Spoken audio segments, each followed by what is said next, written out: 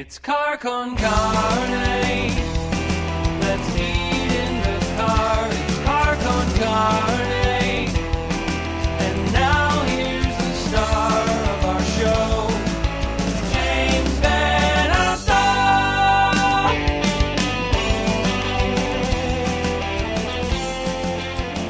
All right, it is Car Con Carne, the world's only food podcast recorded in a car. That car is my Mazda 3. I'm James Van Alstyne, and the destination this week is Dear Frank's. It's a local hot dog franchise of sorts in Glenview here on Finkston Road. Sitting shotgun is an old friend. He is a piano savant, David Allen. Hello, David. Hello. I wanted you to come on for many reasons, one of which I've known you since we were both literally children, like third grade. Yeah. So a lot of history there, but you have such interesting stories to tell, and the one I'm going to focus on most is this story of you triumphing over adversity. Damn straight. Let's get this one out of the way, because this is a big story. This is a fascinating story. David, this is human interest personified. You, my friend, are human interest stories personified. Yeah, well, you know, they say a lot of things about me, but I've never heard that one, so I like it. All right, so it all started with your brain. Yes. Let's go back a little. So this is January. So, okay, so about a year ago, I went to see a neurologist. This was after years of, probably 3, 4, 5 years of trying to figure out why my right hand as a piano player was getting kind of weaker and kind of like less dexterity, less ability to do things I was normally able to do. I went through the whole range of everything you could possibly imagine, from, hey, you're getting old, hey, you've got carpal tunnel, you've got, arthritis, you name it. I thought I had it, right?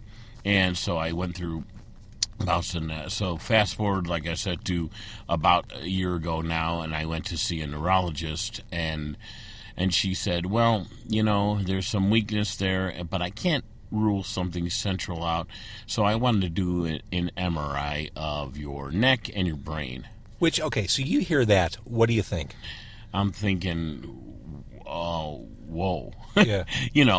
She kind of said to me, she's like, there's a weakness there. I can't rule out that you didn't have a stroke or something, that a minor stroke, obviously, that you didn't know about or whatever. So let's check it out. And I'm, because I thought at this point my neck was bothering me, it hurt me, and I thought I got a pinched nerve or something that's stopping my arm from working. So I said, okay, went over to the hospital, and I had the MRIs done, and the next day she called me and said, here's what's on your brain.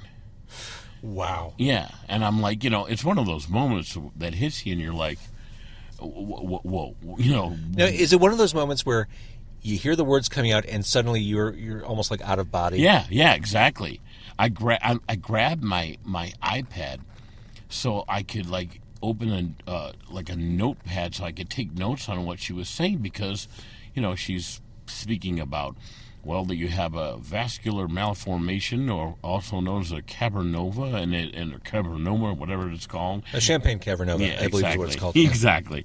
And it's in the right just by the left precentral gyrus, and I'm like okay, so I'm writing she did say at the beginning it's non-cancerous, so that at least gave me a little bit some relief, like, okay, I'm not gonna all of a sudden I'm done, that's it, I'm out of here. Yeah, that's the I'm gonna make it till next year news. Right. Yeah. So I'm like, okay. She's like, this is who I want you to call, and the specific surgeon. I said okay, and I called, and I got in because I'm a working musician and I have my daytimes free. I got in to see him the next day, and he was like, okay, yeah, this is what it is. There it is. He showed me the film, and I got to tell you, when you see a film of your brain, just even a picture like MRI picture, and then you see this mass sitting there, you're like, whoa, because it was pretty sizable. Wow. And so I'm like, okay, fine.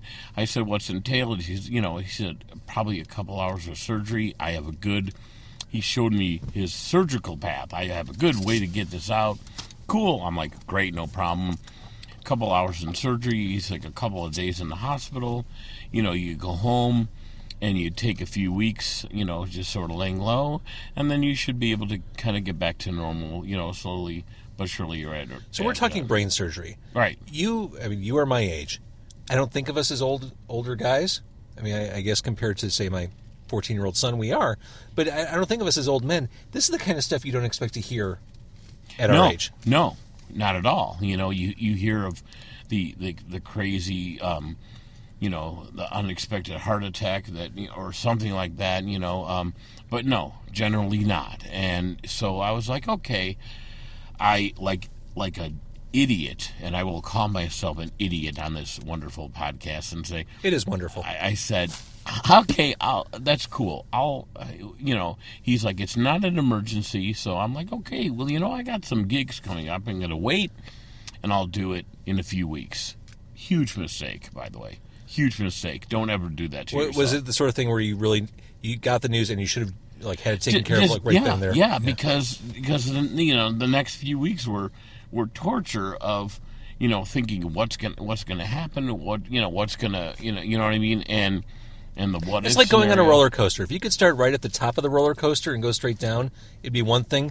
But the going up the track and the anticipation and the expectations, exactly. And so I did my gigs like I was planning on doing, and I remember. I was doing a gig up at the Signature Room, top of the Hancock. I played brunch up there sometimes, and just I had all of a sudden this dark thought came over me. It was about 3 days before surgery or so, and I said, "Man, what if I can't play again?" And then I stopped because that is your bread and butter. That is right. I get it. I stopped myself and I said, "Okay, you got to just stop. You got to relax, so I went to the surgery, and this was February now of last year, and instead of 2 hours of surgery, it ended up being about 5 hours of surgery, and it had shown signs of bleeding again, which, can be potentially deadly, or just, really incapacitate you, right. Horribly. It was larger, it was deeper, it was more connected than they thought. It took them, obviously, twice the amount of time. I spent 16 days in the hospital, 10 of which were on a rehab floor just working on, PT and OT and speech every day. What's the first memory you have coming out? Okay, so this is funny. You'll appreciate this. I was in obviously ICU for 2 days, and the Blackhawks were playing Detroit that night. And I remember thinking to myself, I'm not going to see this game. And it was like, it's a rivalry game, and I love that. And I was sitting in there, and my the stuff watching the game, and my sister was like yelling at me to keep it down because I was like screaming like go, and then I started to go, Detroit sucks. And my sister said, she goes, that's when I knew you were okay. So but doing that slurred, I just had brain surgery voice totally. Must have been amazing. I was I sounded like Will Ferrell, where he's like, wait, pull what out? And that's, and it was, but I remember that, and there was a nurse that was British, and she was, a sweetheart, and I was like, hey, okay, I was making fun of her accent, so they knew at that point that, I had come out okay, and we're through the darkness. Yeah, pretty much. But, the other first memory on the scary side was when I woke up, I did not have use of my right arm at all. Terrifying.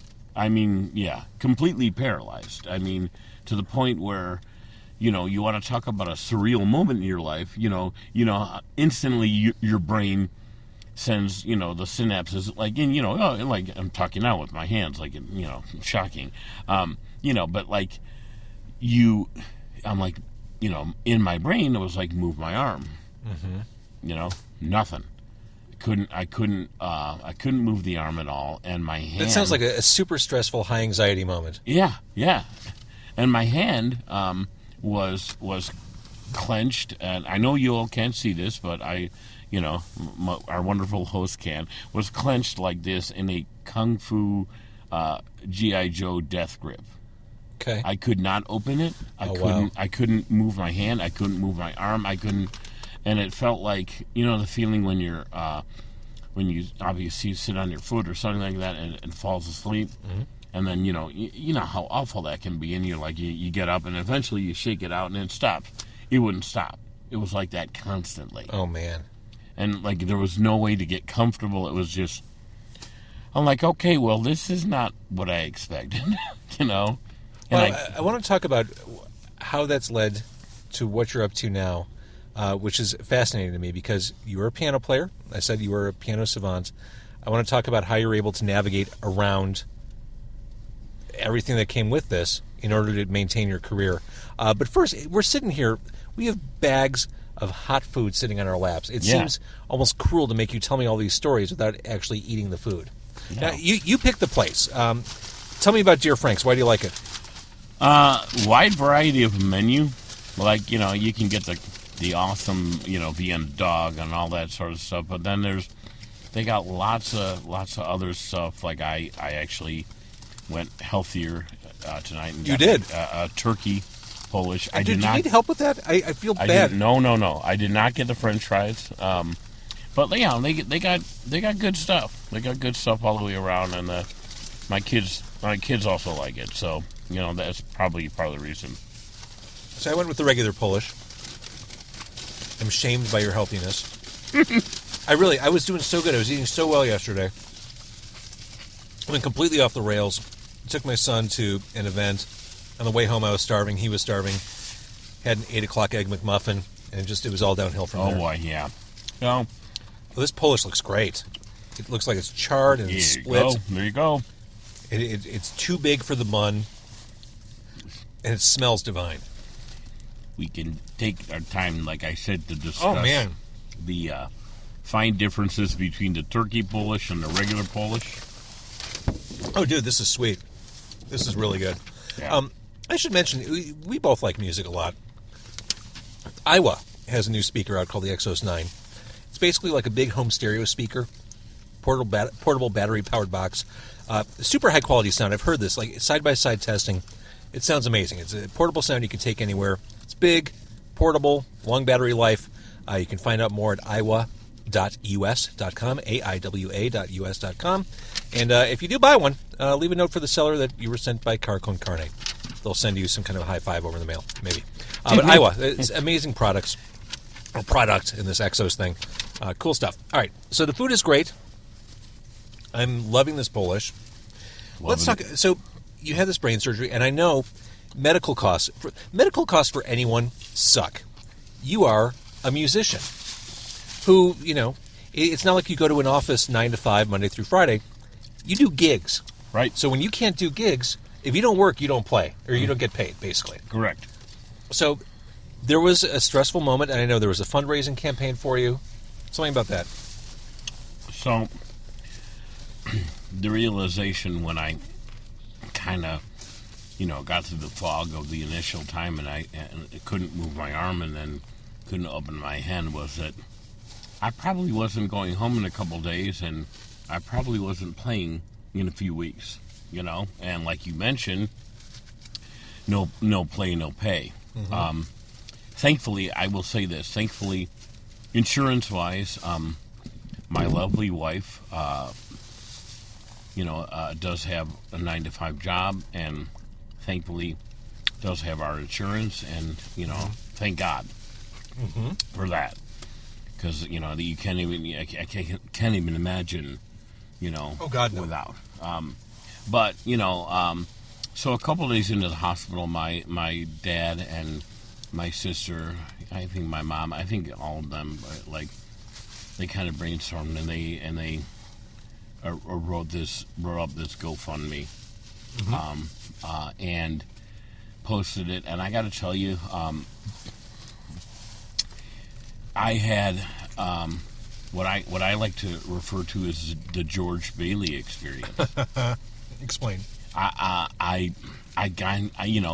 when George is in trouble, and and then the whole scenario of not being born and all the how he affected people's lives, and then he come back at the end and everyone's bringing the money, and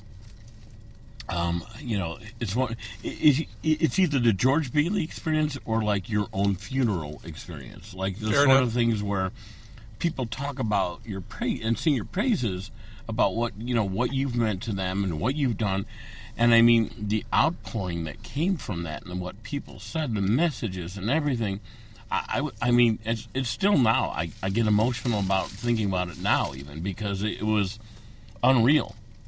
Just people, I always try to live my life, not to be corny about it, always giving to people and helping people and always, and just like, I felt like the same thing, like I'm in trouble, and everyone kind of continues to rally around me during this time, which is, you can't say enough about that. It's amazing. And I don't want to derail you as you're talking about these deeply emotional things. As you were talking, I ingested a couple of sport peppers. I'm Polish. Starting to hiccup, things could get bad pretty quickly.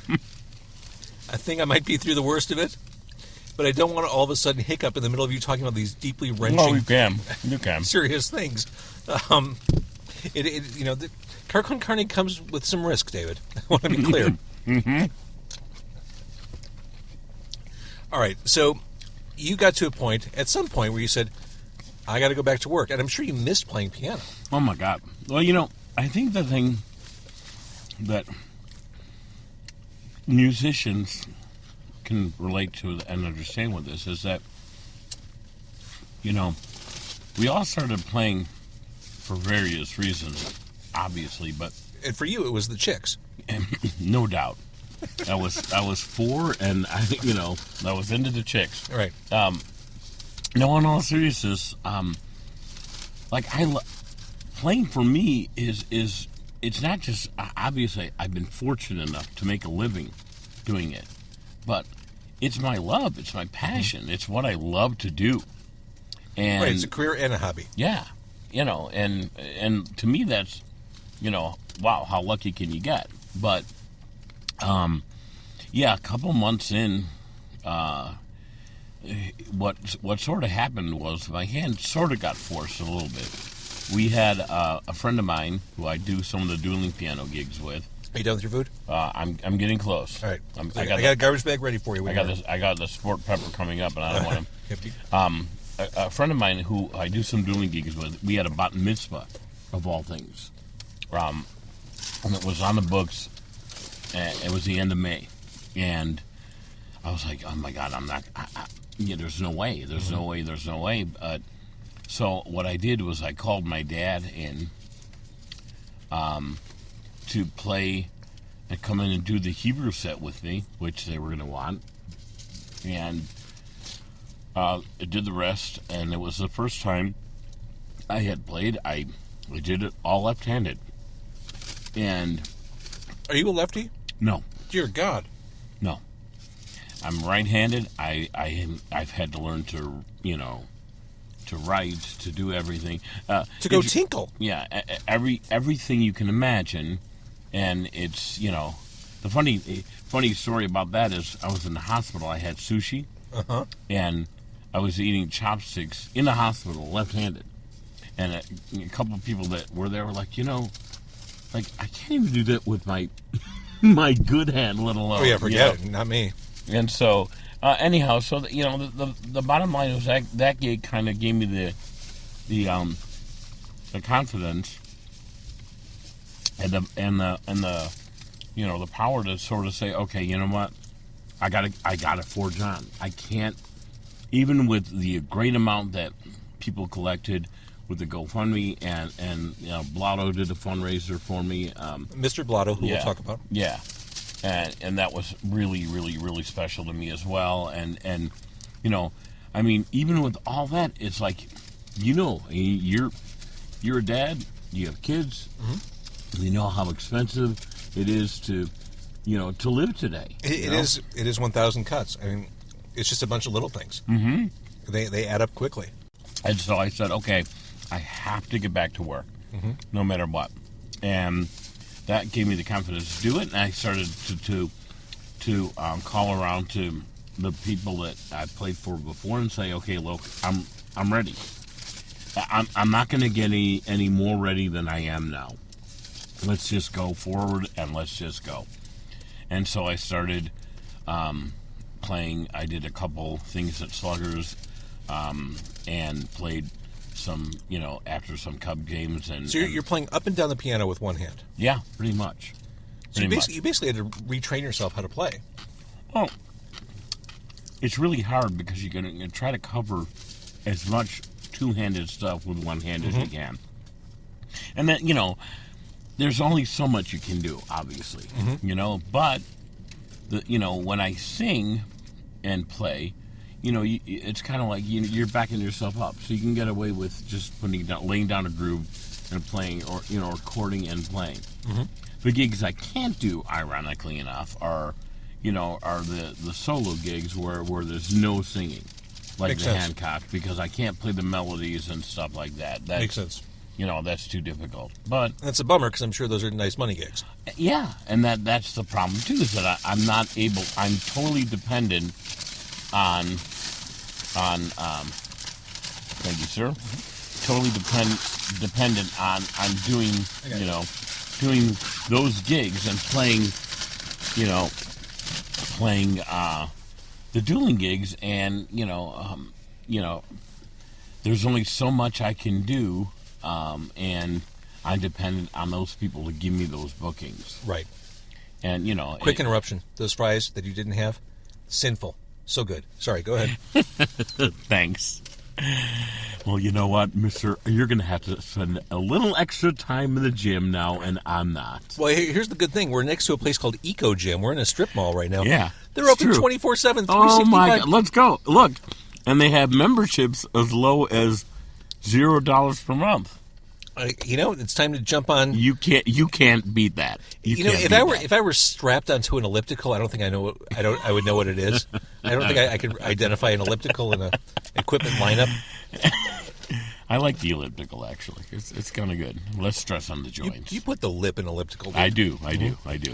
All right, sorry. So gigs, piano, one hand. Holy crap! You're doing this all one-handed, and that's where we're at. Yeah. You know, I'm trying to work as much as I can, and I'm trying to, you know. If someone's listening right now and they say, "I want an awesome piano player who's reliable, who has experience and credentials," where can they find you? Can people track you down? You know what? I do most of my gig promotion on my Facebook music page, David B. Allen Music. I am embarrassed to admit that I do not have my own website. I know that's ridiculous. Well, you know, Facebook page is enough. I do. I promote my gigs and stuff on there, and you know, I'm also part of, you know, different dueling piano. I do some work for Chicago Dueling Pianos and a couple other dueling piano companies around the Midwest and stuff like that. So, you know, if you want to make those dueling pianos gigs more interesting, someone must die at the end. It should be a true dueling pianos where someone perishes after the end of the performance. We've actually had people they want us to die. Like, so what do you guys do? Do you actually duel? I'm like, yeah, we actually take out nickel-plated pistols and march our pianos 10 paces and turn around and shoot. That's what we do. You're no yellow-bellied coward. Yeah, exactly. Draw, you SOB. Come on. I'm giving you 10 seconds to draw a gun. Yeah, pretty much. All right, so you're doing these gigs. I think it's remarkable. I mean, and I realize it is by necessity or out of necessity that you had to do this. You had to teach yourself how to figure out. Well, how to, once I win, let me be very clear. I didn't mean to interrupt, but once I win the lottery tonight, that's done. Now we're recording the show on January 12th, right? 13th. 13th. Thank you. It's the night of the $1.5 billion Powerball. You got to say that like Dr. Evil, otherwise it's $1 billion. $1.5 billion, and then put your I'm a man of modest needs and wants, David. As you know, I'm a simple man. All I really want, if I win the Powerball tonight, yes, pay for the kids' school. Like, make sure that they're all set for college. Of course. Once that's out of the way, I want a skee ball table. Because, am I wrong? Skee ball's awesome. No, it's totally awesome. And a Coca-Cola freestyle machine, like the kind they have in the movie theaters, where you can have like a raspberry Coke Zero. Right. Just any kind of combination. Today I want to mix up raspberry Fanta with cherry Sprite. Here's the thing, like I wonder what a pain in the ass that would be to refill, though. Well, if you win the Powerball, you got a guy coming in to do it. That's a good point. You've got your freestyle guy. You're free, dude. I call him my freestyle guy. He's like, you got to have a guy. Yeah, for sure. And I'd have my pizza guy who'd make me pizza. In fact, I would actually just buy out Pequods. I wouldn't have it open for business. I would just make sure it was always staffed for those days I wanted to walk in and have a pizza. No, what you would do is you would build a house and just put Pequods inside. Yeah, build a house around Pequods. Right, in the wing. It would be like your entertainment wing with skee ball and Pequods, God, yes. and a freedom machine. That'd be amazing. There you go. And it's right by the Metro. Public transportation. There you go. Can't go wrong. Yeah. Forest preserve in case I want to go for a walk or kill someone and hide the body. Yeah. As you do in a forest preserve. Yes. What else are they there for? Thank you. Because they're closed at sunset. So we've talked a lot about you as a solo piano player, the Dueling Pianos. Take me back a little bit. I think so many people in the area are familiar with the name Mr. Blotto. Yeah. You were there. 1990. I joined in the summer of 93. And how long had the band been running up until that point? I think they started around 90 or so. Because I thought you were there pretty much from the beginning. Yeah. Well, they were a 4-piece initially. Okay. They did not have any keyboard player. They recorded one album that had some piano and stuff on it, but they did not have a keyboard player playing with them live. I went back in history with Paul Bolger, the singer. Paul was part of Adventures in Dining, which I was in, when we were still in high school, when Todd was playing drums. And, Todd Zuckerman, now of Styx. Yes, and Todd's brother Joel was playing bass, and, we used to play the gigs at the Hidden Cove. The Hidden Cove on Lincoln Avenue. Lincoln Avenue. Oh, my God, that place is such a dive. Now, this is Lincoln Avenue before there was a police department over there in between like Foster and Peterson, where it was just like Hooker Alley. Yeah. From, that whole stretch. We used to play gigs there from 9 to 4 as teenagers. Yeah. Oh, my God. I was in high school. That's crazy to me. Yeah. And so that place is still there. I drove past it. I know it is. They still have the same sign, too. They totally do. That is a textbook dive. Oh, my God. And back then, it was scarier. There was an El Taco Loco, I want to say, down the street from there. Yeah. The Crazy Taco. Blotto did not have a keyboard player, and I joined in 93, and I stayed until the end of 2005. So I did a lot of gigs. We did tons of stuff, played everywhere with them. And my favorite all the time was the festivals in the summertime. Retro on Roscoe and Rock Around the Block, and those were so much fun because it's just like we always had the killer ending time slot, and we play on the big stage at the end of the night, and it was just thousands of people. It was fun. It was a lot of fun. I was trying to explain to my son, who's been hiding in the back seat, keep it down back there, would you? Trying to explain. By the way, for the record, he downed his what did he get to eat? Brat. A brat. He downed his brat before we even my door wasn't closed. Before we unwrapped anything. My door wasn't closed. He's like, how's your food? Done. Yeah. Like it's a race. Like there are no winners. There are no trophies for this. No. Yeah, this isn't a competition. No. But if it was competition, he would have won. But I was trying to explain what a jam band is, and it was hard for me to explain other than you got to have people who can really play their instruments in a jam band. Yeah. I mean, it's the collective. It's the collective improv. You have to really know how to play your instrument. But the thing, more than anything, is you got to listen. You got to have huge ears, and you know,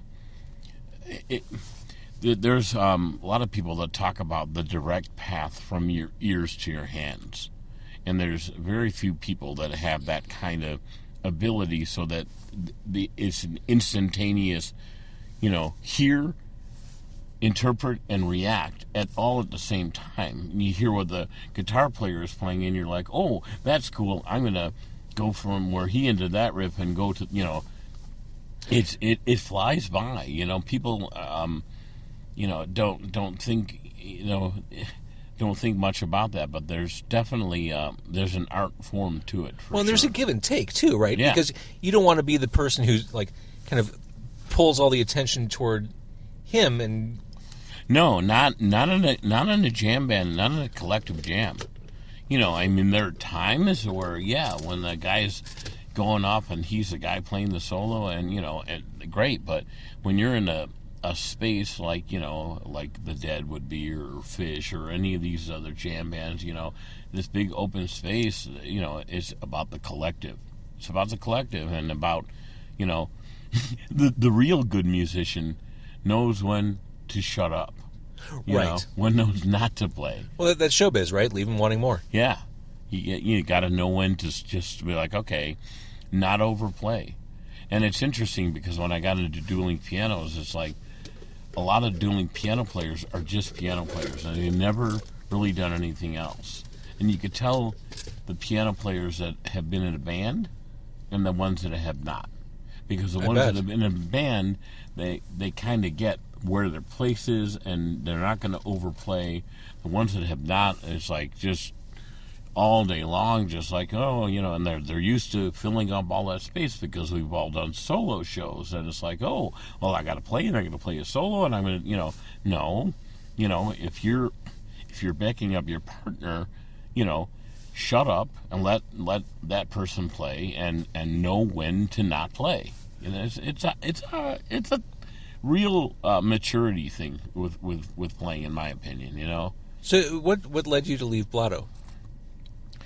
At the time, so this is the end of 2005, I said, I'd like to, I'm going to use my air quotes here with my bad hand. I was going to say, there's a little bit of a struggle there. There you go. There we go. Normalize my life. Because, gigging is... It's hard. Yeah. It's hard. At that time, let's see, so that was 2005, you know, and I was in my mid-30s then. And well, that can't be, because we're the same age. I think I was only 15 then. Actually, in 2005, I was in the process of being fired by the Zone. So as you were leaving Blotto, I was being wished well in my future endeavors. We'd like to talk to you about our new direction. Come on and sit down, would you, please? Have you ever heard this story? It is so textbook radio. It's so awful. I did middays for this radio station called The Zone, WZZN. It had been a million different formats. But as of the time I was there, it was a hard rock station. Like, you know, Metallica and Slipknot and all that. I was doing middays, and it was 11:45. Someone walked in my studio and said, hey, they need you in the conference room right now. Oh, God. I said, well, you know, I'm on the air right now. That's okay. Someone will run your board for you. I walk to the conference room. This is in the ABC building, 190 North State. Right. All the blinds are drawn in the conference room. Never a good sign. I walk in. All the disc jockeys are there. The program director is there. And some stranger from corporate HR was there. And we were all fired. My pal Freak was on the phone. We were all fired en masse. And I was able to get in the studio one last time afterward, and I played for Whom the Bell Tolls by Metallica, just as a coda, before they switched to oldies. So we went from For Whom the Bell Tolls by Metallica to like Chantilly Lace. That's a great mashup right there, by the way. And yeah, to be fair, the Big Bopper's kind of awesome, but still. Yeah, no, I agreed. Yeah, I mean, so I wanted to normalize my life in the sense of I didn't want to, be running and doing gigs till all hours of the night, and and at the time, I don't remember if the bars were still smoky then. I think, it was disgusting to be in the bars and you couldn't breathe. And that was the worst. Before the smoking ban in public places, you'd come home and you couldn't get right in bed. You had to shower. Oh my God! I would leave it was wintertime, I would leave my coat outside. Absolutely. For let it air out overnight to try and, oh my God, terrible. It was the worst, and your hair stunk. Yeah, everything. Brutal. And so I said, okay, I'm going to normalize my life. And at the time, and you'll appreciate this, I may have told you about this before, my father-in-law, for years ran meat business. He was a middleman, basically. He bought stuff at the market, and he would, put his mark on it and then sell it to restaurants. And he had some really big clients that he knew,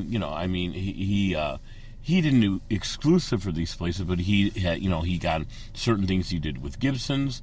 Mm-hmm. He did certain things with Charlie Trotter. He knew Charlie, for long time, whatever. And so he made a good business out of it, and he was basically going to be retiring, and he was going to let me run the business and take it over. And so I did, and I started to do it in 2006, right after I left, and it was great. And then 2007 hit, and the market and the economy and everything crashed, and the company just, Gibson's hired a corporate chef that cut cut everything. Yeah, the bottom just fell out. Yeah, I bought a refrigerated. Try that again. Refrigerated. We're going to stay here till you get it right, David. Refrigerated. There are still sometimes certain words, as a result of this brain thing. The speech will still... I know that, and I know that your speech is still altered because of this. Oh, yeah. It's still, not like it was. God, if you would have heard me, about, the first few weeks out of surgery, I was like, brutal, but... Well, I mean, I saw you, excuse me, toward the end of summer, I think, and you sound better now than you did then. Yeah. I mean, there's a clear improvement. Keeps getting better. So, so... The economy just swallowed it up. It was the Walmart effect. Bigger companies started not only selling these restaurants their napkins and their forks and their salt shakers, they started selling meat too. And it's like, you can't compete with that. For sure. So I always continue to play, and I was doing Dueling Pianos even then and other gigs, and when the business started falling, I got more into full-time doing the dueling thing, and there I was again, back in the bars and playing, and still not able to normalize my life, so to speak, and here I am today, I've got to go down to play at Sluggers on Thursday and Friday, and Saturday I have to go to Waterloo, Iowa, to do a corporate gig out there. So, are you okay driving? Yeah. I got cleared to drive in May of last year. Okay, and I asked that knowing full well that you met me here in a car. Yeah, well, that's okay. No, I had to.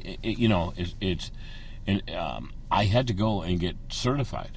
I bet you did. There was a there was a guy that took me out, behind the wheel, and we had to, show that I was competent to do everything, in fairness, and they cleared me medically so that if I, was to get into an accident, there wouldn't be, you weren't medically cleared to drive, right, and then you're sued, and everything is over at that point. But speaking of that, see, look, you mentioned you need the gym, and look right in front of us, there's Top Driver right there. Oh, yeah. You see, you can learn to drive. There's a jewelry store here, a Szechuan North. and then when you're really, sick from eating all that stuff, there's a Walgreens you can get it some. Yeah, no, it's a very lot going on here in the strip mall. Very much And so. Szechuan North is pretty busy. I wonder what Szechuan South is like. My guess is it's not terribly busy. I don't think they're very friendly with one another at all. No. I really don't. It's a bitter, heated rivalry, I think. You know what Szechuan South hates? Obama. Yeah, well, it was interesting to watch that last State of the Union. Oh, dude, I'm not even talking politics. I can't.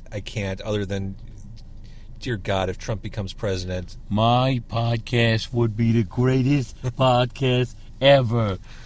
I can't even. The discourse online and elsewhere, it's so adversarial, so acrimonious. I just can't. It's not worth the energy. I might move, actually. Where are we going? Take me with you. I'm thinking Mexico because Canada, I mean, it's great, but I don't want more cold weather. Yeah, I hate shoveling. Yeah, I mean, I get myself into a, reasonably safe resort town in Mexico, Yeah, I mean, we could condition our bodies to tolerate the waterborne parasites. Let's go. I'm in. I'm telling you, because I'm with you. I've never been more fearful for this nation than I am going into this election. And it's interesting, as you go on social media and look at all the stuff that people on both sides, and I don't even know what I am at this point anymore. I'm such a mixed bag of political convictions that I couldn't even tell you what the hell I am. But all I can tell you is I'm terrified. Yeah. If you get Trump versus Hillary, oh my God. Good luck, people. Good luck. That's it for us monkeys. Good night. Yeah, pretty much. We're done. All right, so David, before we wrap up, did I even ask you, how was your turkey Polish? I got to tell you, I don't have the regular Polish like you had to compare, but it was really tasty. It was good. Yeah, mine was solid. I would happily come back to Dear Franks. Yeah, it was very, very, very tasty, and I feel like I didn't, I didn't have the fries, so, The fries were great, and there's one close to me, so I may go back to the one over by me. There you go. All right, before I let you go, and Yes, thank you sir. for doing this. Absolutely. Before I let you go, we went to high school together. What do you remember most about high school? Well, as I mentioned to you before, we, memory serves, we were the funniest people in our class. The superlatives, yeah. Yes. So therefore, right now, as teamed up together in the front seat of this automobile, Being the funniest people in Skokie isn't... we are the funniest dude around. Period. Not a huge What do I accomplishment. remember? What do I? Which, by the way, high school. You mentioned Todd Zuckerman, friend of ours. He's in Styx. He was one of those guys who you saw from an early age, and you just knew, oh well, he's going to be playing drums the rest of his life, for sure, no doubt. And I thought the same of you with the keyboards. Yeah. But it's interesting. Other than Todd, it seems like everyone we graduated high school with became a lawyer. Yeah, a lot of them. Not us. No, We decided to pursue something art related. Yeah, absolutely. I need to be creative. Now we're sitting on our riches. Good call, guys. Yeah. Way to go. Well, you know what, though? So many people that I talk to that are lawyers or whatever, anything else like that, it's the grass is always greener. Without a doubt. They're like, oh, man, I would love to be doing something creative. And I'm like, well, Yeah, I'm working 13 hours a day. I've got my laptop out on the train trying to file papers and whatnot. I can see Right. what... Yeah, I mean, I you know what? God bless the people like my wife who can go and work in an office. I just think of Lumberg pretty much. Yeah, if you could go ahead. I worked in a cube farm for a year. Oh, and God. I wanted to blow my brains out. Yeah. It was... I couldn't do it. No. I couldn't do it. And I realized it's a mindset. It's for some people. It's not for me. It's not for you. Peter, what's happening? So, all right, David Allen, I think you're a delight. I adore you. And thank you for sitting shotgun. I adore you more. And you know what? Your son back there, he needs to keep it down. That's all. Well, I told him not to interrupt the podcast. I know. He's just got to keep it down. He's just observing. Way too rowdy. Maybe he'll do a report on this for school. Ooh, good idea. Yeah. Good idea. I'm going to get kicked out of school. Right. I thought you said your dad was on the radio. What are you talking about? Going to his car? Lies! Right. Back in the day, I used to do this sort of thing in a radio studio. Now I have a Mazda 3. Before you got fired from the zone. That was the end. That was the end. That was, hang on. No, that wasn't the last full-time radio job I had. It was close to it, though. The zone. I remember the zone. The zone. Yeah. The billboards were like, rock hard, 94.7 The Zone. Yeah, pumping more wattage into your cottage. Turn it on and rip the knob off. That's exactly what it was. Yeah, it's like, yay! It's like, I remember discussions, like music meetings, where we'd say, now, should we play Cradle of Filth before 7 p.m., or should that just be dayparted for overnights? I know we're going to add an amphetamine by Cradle of Filth this week, but I don't know if it'll sound good in the same hour as Demu Borger. These are the conversations. I can't believe the zone didn't last. Really? Yeah. Shocking. I wonder where all those people are now. Oh, which people? The listeners or the people? Well, the listeners, we know that already, but the people that terminated everyone, Well, I know where everyone I worked with is, but I don't know where the corporate suits are. I don't even think they remember they owned the station. It was it's the Disney company. It's ABC, so I don't even. Well, it was a statistical blip in their. You wish upon a star. That's me. Oh, sorry, I apologize. All right, so David Allen, thank you for joining Car Con Carne. Thank Long you. overdue. Thank you for having me. And seriously, best wishes for your ongoing recovery, rehabilitation. I mean, the difference I see in you now from a few months ago is huge. And so I can only imagine that will continue to. Well, in all seriousness, it's good to hear that because it's really hard. The incremental changes for me are beyond so slow that I can't I'm sure. even feel it. I'm sure. And so it's good to hear that and good to, people that are like, oh, you couldn't even do that before. I'm like, oh, I guess you're right. So, well, good. David, thank you. Thank you, sir. Car Con Carne, if you like what you hear, even if you tolerate what you hear, let a friend know about it. We're on carconcarne.com, Twitter @CarConCarne. And because this is an expensive podcast to put together, it involves buying food every week. It involves hosting. It involves gas. I do survive on the kindness and benevolence of people on Patreon, patreon.com. Car Con Carne, you can contribute to the show on a monthly basis. There are some rewards, too. But a lot of people just contribute because they love the idea of supporting the future of car-based food podcasting. That's the show, David. I love it. The future of car-based food podcasting. I agree. You've got to own your niche. This is it.